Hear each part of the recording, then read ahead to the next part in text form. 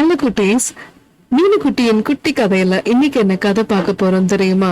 தி golden touch. King Midas அப்படின்னு ஒரு அரசர் இருந்தாதான். ஓகே குட்டீஸ், நம்ம கதைக்குள்ள போலாம் வாங்க. ஒரு அழகான கேசல் இருந்துச்சாம், அதாவது அரண்மனை. அங்க ராஜாவும் அவரோட மகளும் வாழ்ந்துட்டு வந்தாங்களாம். அந்த அரண்மனை பாக்குறதுக்கே ரொம்ப அழகா பிரமிப்பா இருக்குமா. அது சுத்தி ஃபுல்லா தண்ணியா இருந்துச்சாம். அந்த நைட்டு பார்க்கும் போது அந்த அரண்மனை நிலவு வெளிச்சத்துல அவ்வளவு பிரகாசமா இருக்குமா. அங்கங்க நல்ல வெளிச்சம் வர மாதிரி க்ளோயிங்கா லைட்டும் இருக்குமா. அது ரொம்ப மந்திரம் நிறைஞ்ச கேசலாம். அங்க ஒரு நாள் என்னாச்சு, ஒரு அழகான தேவதை வரம் கொடுக்கறதுக்காக வந்திருந்தாங்க.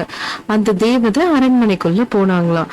போனோன்னு ராஜாவை பார்த்து கேட்டாங்களா, ராஜா உங்களுக்கு என்ன வரம் வேணும் கேளுங்க அப்படின்னு. அவங்க வந்தோடனே அந்த அரண்மனை ஏற்கனவே பிரகாசமா இருக்கும், இன்னுமே பிரகாசமா ஆயிடுச்சா. அந்த அரசருக்கு பணம் காசுனா ரொம்ப இஷ்டமா. அதனால அவர் என்ன வரம் கேட்டாரு அப்படின்னா, நான் என்ன தொட்டாலும் அது பொண்ணா மாறிடணும், அதாவது அவர் என்ன டச் பண்ணாலும் அது கோல்டா மாறிடணும் அப்படிங்கிற மாதிரி அவர் ஒரு வரம் கேட்டாராம். உடனே அந்த தேவதையும் என்ன பண்ணாங்க, சரி ஓகே நீங்க கேட்டது அப்படியே நடக்கட்டும் அப்படின்னு சொல்லிட்டு அந்த அரண்மனையே பிரகாசமா இருக்கிற அளவுக்கு லைட்ல அவங்க மறைஞ்சு போயிட்டாங்க. அடுத்த நாள் அவர் என்ன பண்ணாரு, வரம் வாங்கிட்டாரா. அவருக்கு கை காலே புரியல. இதை எப்படியாவது டெஸ்ட் பண்ணி பார்க்கணுமே. அந்த தெய்வத வாட்டி சொல்லிட்டு போயிடுச்சு, பார்க்கலாம் அப்படின்னு அவரு ஒரு ஃபாரஸ்டுக்குள்ள நடந்து போறாராம்.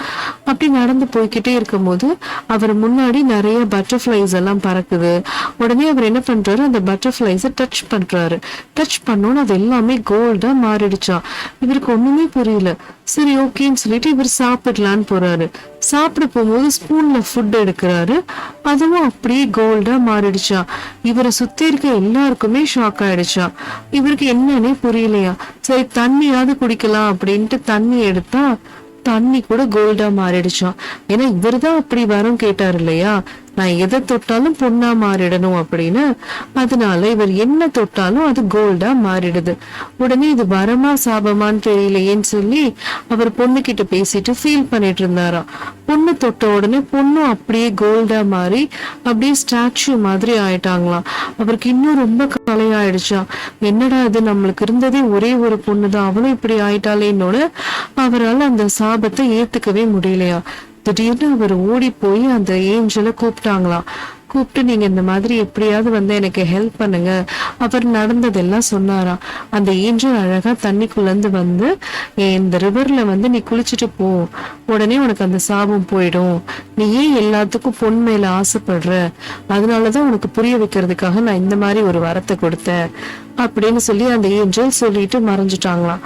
இவரும் உடனே எனக்கு தப்பெல்லாம் புரிஞ்சிருச்சு அப்படின்னு சொல்லி இவர் என்ன பண்ணாரு, அந்த தண்ணிக்குள்ள போய் இறங்கி அந்த தேவதை சொன்ன மாதிரி இவரு குளிக்க ஆரம்பிச்சாரு. இவர் அந்த தண்ணியை தொட்ட உடனே அந்த தண்ணி கோல்டா மாறவே இல்லை. அதுல இருந்தே அவருக்கு புரிஞ்சிருச்சு, ஓகே நம்மளோட சாபம் இந்த தண்ணியிலேயே சரியாயிடுச்சு அப்படின்னு சொல்லி அவர் உடனே அங்கிருந்து தண்ணியை எடுத்துட்டு போய் பொண்ணு மேல தெளிக்கிறாரு. பொண்ணு அந்த சிலையில இருந்து அவங்க மீண்டும் வந்துட்டாங்க, உயிர் பெற்று வந்துட்டாங்க. அவருக்கு ரொம்ப அலாதியான சந்தோஷமாயிடுச்சு. சரின்னு சொல்லிட்டு அவர் என்ன பண்றாரு, இந்த மாதிரி காட்டுக்குள்ள போறாரு. காட்டுக்குள்ள போனோன்னு அங்க இந்த பூச்சிங்கள அப்புறம் இந்த பட்டர்ஃபிளைஸ் இவங்க எல்லாரையும் கோல்ட் ஆக்கிட்டாருல, அதுவும் அவருக்கு வருத்தமாவே இருந்துச்சு. அதனால அந்த தண்ணியை கொண்டு போய் அங்க பூ மேல மரத்து மேல அந்த பட்டர்ஃபிளைஸ் மேல எல்லாம் தெரிச்சோன்னு அவங்க எல்லாரும் இயல்பு நிலைக்கே வந்தாச்சா. உடனே இந்த பொண்ணுக்கும் ராஜாவுக்கும் ரொம்ப சந்தோஷமா இருந்துச்சு. எப்பொழுதும் வழக்கம் போல எப்படி இருப்பாங்களோ அரண்மனையில அதே மாதிரி சந்தோஷமா நிகழ்வா இருந்தாங்களாம். அப்புறம் இவர்கிட்ட இவ்வளவு காசு இருக்கு இல்லையா, இந்த காசு வச்சு என்ன பண்ண போறோம் அப்படின்னு சொல்லிட்டு இவங்க என்ன பண்ணாங்க, ஊர் மக்கள் எல்லாருக்கும் அந்த காசை தான தர்மமா கொடுத்து அவங்க எல்லாரோட கஷ்டத்தையும் போக்கி அவங்களுக்கு என்னென்ன தேவைகள்லாம் இருக்கோ அதெல்லாம் செஞ்சு கொடுத்து அந்த ஊர்ல உள்ள எல்லா மக்களும் கோரிக்கையும் இவர் நிறைவேற்றி அந்த ஊர் மக்கள் எல்லாம் ரொம்ப சந்தோஷமா ஜாலியா நிம்மதியா இருந்தாங்களாம். இது என்ன தெரியுது குட்டீஸ், நம்ம ஆசைப்படலாம் ஆனா பேராசைப்படக்கூடாது இல்லையா.